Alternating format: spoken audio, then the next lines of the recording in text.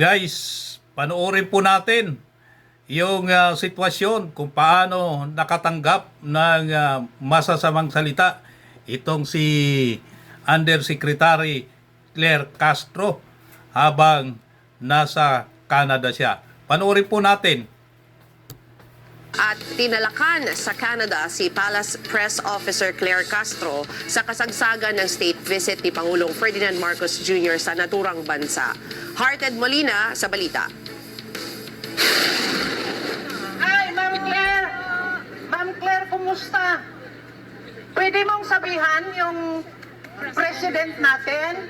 Sinalubong ng mga sigaw ng mga galit na Pilipino si Presidential Communications Office Yusek Claire Castro habang nasa Canada Place sa Vancouver, Canada. Habang kumukuha ng video sa lugar, nilapitan at sinundan siya ng mga nagsasagawa ng protesta laban sa administrasyon ni Pangulong Ferdinand Marcos Jr. Patuloy na sinundan si Castro habang papalayo siya kasama ang isa pang kasama. Maririnig sa video ang mga sigaw na "Shame on you, Claire" at "What a cry, baby." Lumapit din si Castro sa mga Vancouver police officers na nakatalaga sa lugar. Ayon sa kanya, nagpasiya siyang humingi ng tulong matapos anyay maharas ng mga nagpoprotesta. At sinabihan ako ng pangit. Sabi at sinungaling. So nung sinabi nilang pangit daw ako, tingin ko sila yung sinungaling. Alam mo, Claire Castro, kung binabaliktad mo na sinungaling yung mga nagrarally laban sa'yo, yung mga nambabas sa'yo, gaganyanin ka ba kung tama ang ginagawa mo? Kaya ka ginaganyan dahil napuno na sila sa iyong pinagagawa na pinagtatakpan mo ang kapalpakan ng administrasyon. Habang nagpapatuloy ang paglalakad ni Castro, hindi rin tumigil ang mga sigaw ng ilang nagpoprotesta. Kabilang sa maririnig ang "She's a liar", "Sinungaling, sinungaling", at "She's enabling the massive corruption in the Philippines". Ilan din ang tumawag sa kanya bilang umano'y kasapi ng maleta gang. Ayon kay Castro, nakaramdam siya ng panganib dahil hindi niya alam kung ano ang maaaring gawin ng mga sumusunod sa kanya. Threaten? Siguro in a way, kasi dalawa lang kami. Hindi ko alam kung mananakit sila or what. Kasi parang, siguro yung grupo naman nila, parang kung sino man yung iniidolo nila, parang sanay sa violente. Hanggang Ayan, iniuugnay mo na naman sa mga Duterte yung isyo na pangbabas sa'yo dyan sa Canada.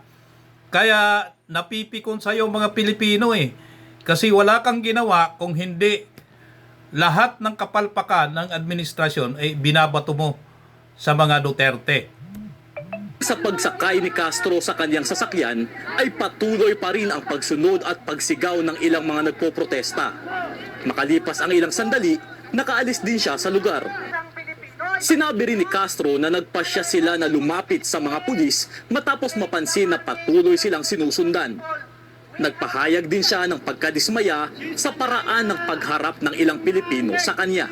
Pagtawid kasi namin, hindi namin alam na may mga police officers. So pagtawid Kita mo yan?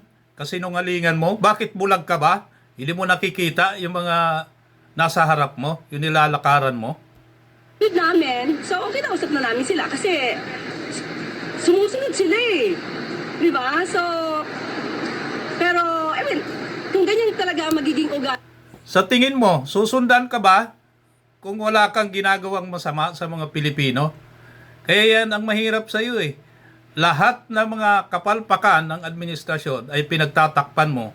Matatandaan mo nung nahuli si Zaldico sa isang airport sa ibang bansa, ano sinabi mo? Sinabi mo na hindi nahuli, sa halip ay napa-stop lang si Zaldico. Ibig sabihin, pinagtatakpan mo si BBM sa kanyang anunsyo na palpak na nahuli na itong si Zaldico. Ng Pilipino, hindi kayo uunlad. So, kawawa pa rin kayo. Sa isa pang Paano uunlad ang mga Pilipino? Ano ang ginawa ng administrasyon ni BBM? Hanggang ngayon, wala pa rin nananagot sa trilyong pisong anomalya o nakawan sa kaban ng bayan. Mga Pilipino ang sinisisi mo? Saan na ngayon? Yung trilyong piso, saan na? yung ipinangako ni BBM na ipakukulong yung malalaking isda simula nung taong 2025 hanggang ngayon. Sino ang inyong kinakasuhan? 'Di ba ang inyong kinakasuhan ay ang mga babatas o senador o ibang personalidad na lumalaban o nagsisiwalat sa korupsyon ng kasalukuyang administrasyon. Malat na video, makikita rin ang ilang Pilipinong may daladalang mga placard habang nagsasagawa ng protesta sa harap ng ilang fast food chain sa Vancouver. Maririnig din ang sabay-sabay nilang pagsigaw ng mga slogan laban kay Pangulong Ferdinand Marcos Jr. Huwag mong kalilimutan, Claire Castro, na ang kung hindi dahil sa overseas Filipino workers ngayon, malamang ang administrasyon ni BBM ay wala ng panggastos, wala nang gagamitin na pampasweldo sa inyo at sa iba pang empleyado ng gobyerno. Kaya ikaw, Auntie Claire Castro, kahit saan ka magpunta sa ibang bansa, ay hindi ka titigilan ng mga Pilipino dahil lahat ng mga Pilipino ay may karapatan dahil ang ginagamit yung pera at ang nilulustay yung pera ay pera ng taong bayan, hindi nyo perang personal yan.